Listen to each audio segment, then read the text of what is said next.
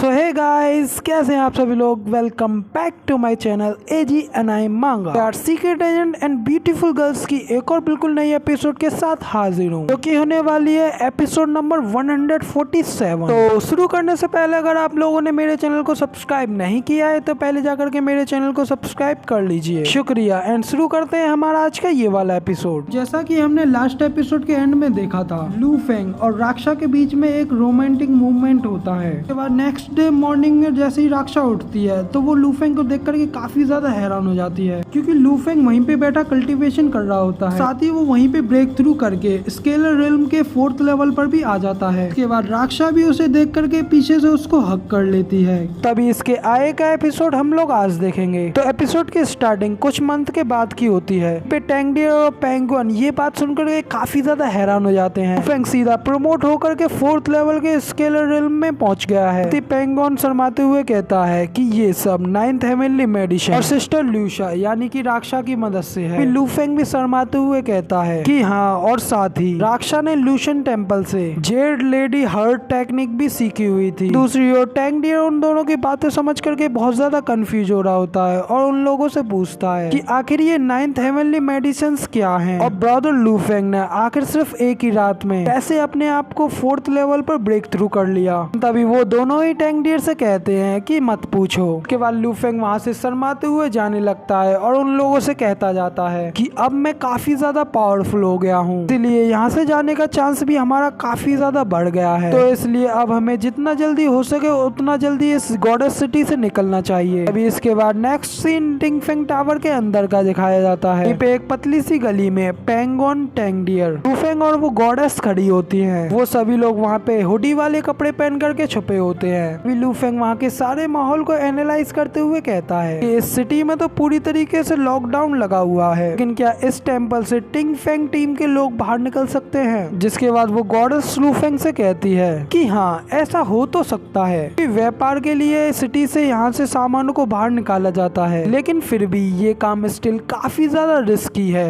क्योंकि मैंने यहाँ पर देखा कि second lord of the temple लूओ इस सिटी की पेट्रोलिंग कर रहे हैं। लेकिन साथ ही वो इस बात से भी काफी ज्यादा हैरान होती है और अपने मन में सोचते हुए कहती है कि आखिर गॉड ऑफ सन यानी कि लू फेंग ने सडनली इतनी जल्दी ब्रेक थ्रू करके 4th लेवल की स्केलर रिल्म में कैसे आ गए। दूसरी ओर लू फेंग भी टेम्पल के सेकंड मास्टर के बारे में पूछता है और फिर वो गॉडेस लू फेंग को उसके बारे में बताने लगती हैं और कहती हैं कि वो एक 6th लेवल के स्केलर रिल्म का बीस्ट है, जिसका के नाम the haven shaking God eagle है, जो कि यहाँ पे हंड्रेड्स ऑफ ईयर्स से है और साथ ही वो फाइटिंग स्किल्स में भी काफी ज्यादा खतरनाक है। तभी दूसरी ओर लू फेंग भी उसके बारे में पूछता है कि एक बीस्ट, लेकिन तभी उस बीस्ट के बारे में सुन करके टैंगडियर का टाइगर बीस्ट भी काफी ज्यादा गुस्सा होने लगता है, जिसे देख करके टैंगडियर अपने टाइगर को शांत कराने लगता है। लेकिन तभी दिखाते हैं कि उन लोगों के ऊपर से वही वाला ईगल गॉड बीस्ट निकला होता है। वो ईगल बीस्ट भी उड़ते हुए कुछ सेंस करता है और कहता है आखिर यहाँ पे इस सिटी में काफी ज्यादा इंडीड हाइड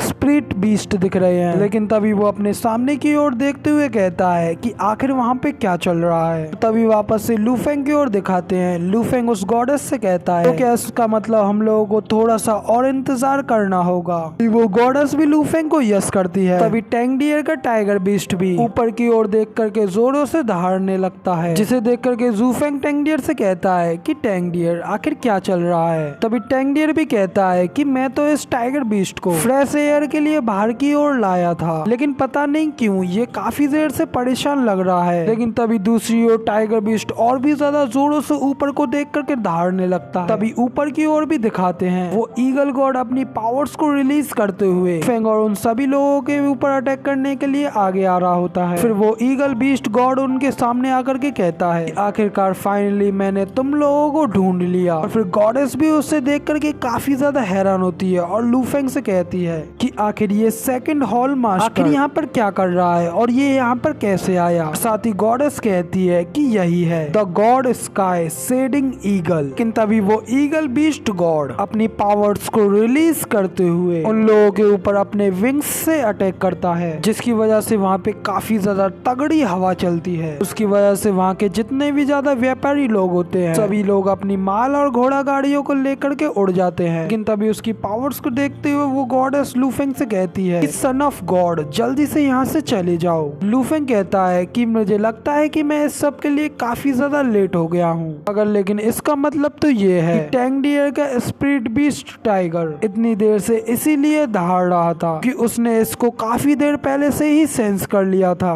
पेंगुइन भी उस ईगल बीस्ट को देख करके कहता है कि सच में ये तो 6th लेवल का एक स्केलर रिल्म का बीस्ट है जो कि सच में काफी ज्यादा खतरनाक है। लेकिन दूसरी ओर स्टिल टैंग डियर का टाइगर इस बीस्ट के ऊपर अभी भी गुस्से से दहाड़ रहा होता है। लेकिन तभी वो ईगल गॉड उन लोगों के ऊपर हंसने लगता है और उन लोगों से कहता है कि आखिर तुम लोगों को इतनी ज्यादा हिम्मत कैसे हुई ये सोचने की कि तुम मेरी ये किंग आइज के सामने छुप सकते हो। मगर तभी वहाँ पे दिखाते हैं कि वहाँ पे C2 फैमिली का लीडर भी आ जाता है और उस ईगल बीस्ट को देख करके कह रहा होता है कि सेकंड टेंपल मास्टर, और साथ ही वो लूफेंग और उसकी टीम को देख करके कहता है फाइनली आखिरकार मैंने तुम लोगों को ढूंढ लिया, मगर लेकिन मैंने ये एक्सपेक्ट कभी नहीं किया था आखिरकार टिंगफेंग टावर की गॉडेस भी इन लोगों के ग्रुप को छुपने में मदद करेगी। तभी लूफेंग भी उसकी बात सुन करके आगे बढ़ता है और उस गॉडेस से कहता जाता है कि राक्षा और बाकी की सभी लड़कियां तुम्हारे ऊपर भरोसा करती है, साथ ही लूशा और बाकी की गर्ल्स भी अभी तक एक्सपोज नहीं हुई है, इसीलिए हम लोगों को बस इस चील को यहाँ से भगाना होगा। और इसके लिए वो गॉडेस भी रेडी हो जाती है। लेकिन तभी वो C2 फैमिली के लीडर फिर से अपनी वो स्पिरिट पाम की टेक्निक को यूज करते हैं और उससे वो लूफेंग के ऊपर अटैक करते हुए कहते हैं कि पिछली बार तो तुम मेरे हाथों से बच गए थे, लेकिन इस बार मैं तुम्हें कहीं भी जाने नहीं दूंगा। तभी दूसरी ओर ज़ूफेंग भी अपनी पावर्स को रिलीज करता है और उससे कहता है